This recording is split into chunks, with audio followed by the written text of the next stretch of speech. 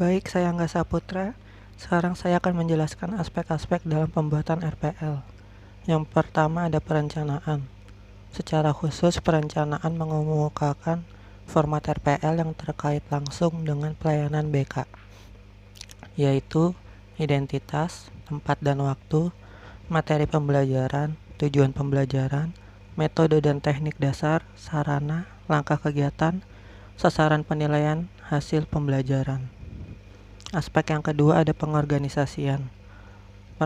Pengorganisasian artinya mengorganisasikan berbagai aspek pokok, terutama menyangkut sarana dan prasarana, personalia dan administrasi untuk menjamin kelancaran dan suksesnya pelaksanaan RPL. Dan yang ketiga ada pelaksanaan. Pelaksanaan artinya pelaksanaan RPL sudah mulai dilaksanakan sesuai waktu dan tempat yang telah direncanakan. Penyelenggaraannya sesuai dengan dinamika BMB 3 dan penerapan prinsip, asas dan teknik BK yang sudah sesuai yang direncanakan di dalam RPL.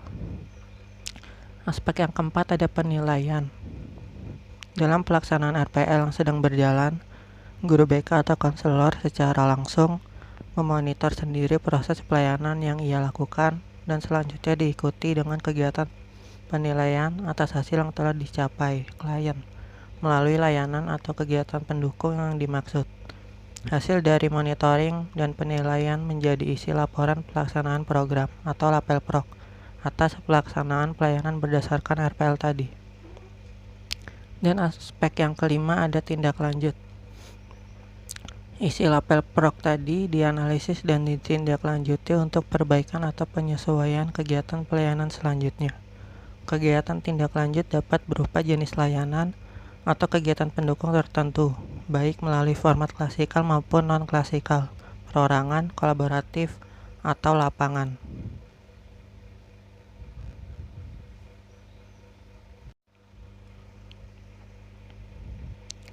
Selanjutnya saya akan membahas manfaat dari pembuatan RPL konseling individu. Yang pertama, tujuan setiap langkah kegiatan bimbingan dan konseling akan lebih terarah dan lebih jelas. Yang kedua, setiap guru pembimbing akan menyadari peranan dan tugasnya. Yang ketiga, penyediaan sarana akan lebih sempurna. Yang keempat, pelayanan bimbingan dan konseling akan lebih teratur dan memadai. Yang kelima, memungkinkan lebih eratnya komunikasi dengan berbagai pihak yang berkepentingan dengan kegiatan bimbingan dan konseling. Dan yang keenam, adanya kegiatan-kegiatan bimbingan dan konseling di antara keseluruhan kegiatan sekolah.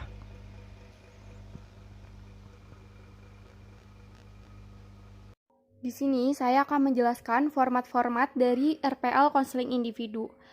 Yang pertama terdiri dari identitas. Nah, kegiatan klasikal terjadwal identitasnya tuh sudah jelas. Nah, sedangkan untuk kegiatan non-klasikal diisi dengan identitas sasaran pelayanan, baik peserta didik yang menjadi subjek ampuan maupun pihak lain, dengan tetap menjunjung tinggi asas kerahasiaan. Yang kedua, ada tempat dan waktu. Untuk kegiatan klasikal terjadwal, tepat dan waktunya itu sudah harus jelas.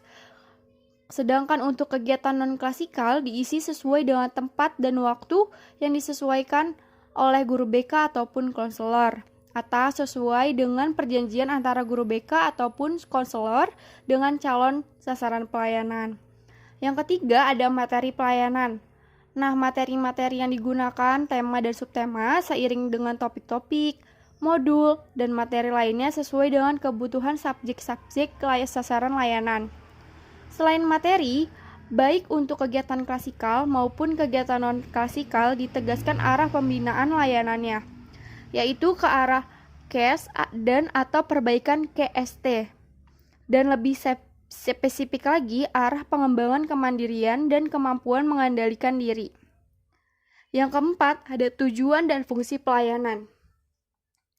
Pengembangan KES dan penanganan KST dengan pengendalian diri di dalamnya menjadi tujuan atau arah umum kegiatan pembelajaran atau pelayanan bimbingan konseling. Kelima, fungsi BK, yaitu pemahaman, pengembangan, pencegahan, pengetasan, dan pembelaan, menjadi muatan khusus layanan dan kegiatan pendukung yang terselenggara dalam pelayanan BK. Yang kelima, ada metode dan teknik. dengan materi, tema atau subtema, topik, modul atau materi atau apapun yang akan diangkat dalam pelayanan BK, guru BK atau konselor harus menetapkan jenis layanan atau kegiatan pendukung yang akan digunakan dalam mewujudkan pelayanan BK, baik untuk kegiatan klasikal maupun non-klasikal. Yang ketujuh ada sarana. Sarana yang digunakan tentulah sesuai dengan materi yang diangkatnya, dalam jenis dan cara penggunaannya. Hal-hal yang menyangkut sarana secara langsung mengikuti metode kegiatan dalam bentuk jenis layanan atau kegiatan pendukung bimbingan dan konseling. Nah, yang terakhir dari format RPL konseling individu ada langkah kegiatan. Dalam hal ini perlu diperhatikan apa yang dilakukan oleh pelaksana layanan, guru BK atau konselor, dan kegiatan yang diharapkan dilakukan oleh sasaran layanan.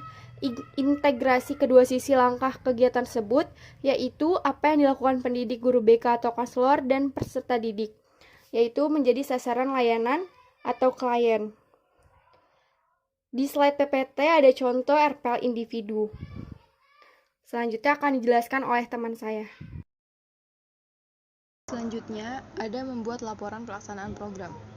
Tujuan dari laporan pelaksanaan program diantaranya yang pertama, untuk merencanakan kegiatan penyelesaian studi, perkembangan karir, serta kehidupannya di masa yang akan datang. Yang kedua, untuk mengembangkan seluruh potensi dan kemampuannya seoptimal mungkin. Yang ketiga, untuk menyesuaikan diri dengan lingkungan pendidikan, lingkungan masyarakat, serta lingkungan kerja. Dan yang keempat, untuk mengatasi hambatan dan kesulitan yang dihadapi dalam studi, penyelesaian dengan lingkungan pendidikan, lingkungan masyarakat, maupun lingkungan kerja. Selanjutnya, manfaat dari laporan pelaksanaan program. Yang pertama, membantu konseli agar memiliki pemahaman terhadap potensi dirinya dan lingkungan, baik itu lingkungan pendidikan, lingkungan pekerjaan, dan norma agama.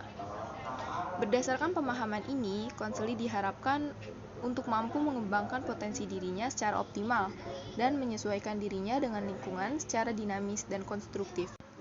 Lalu, memberikan kemudahan kepada konseli dalam mencapai pertumbuhan dan perkembangan yang optimal, serasi, selaras, dan seimbang di seluruh aspek dalam diri konseli.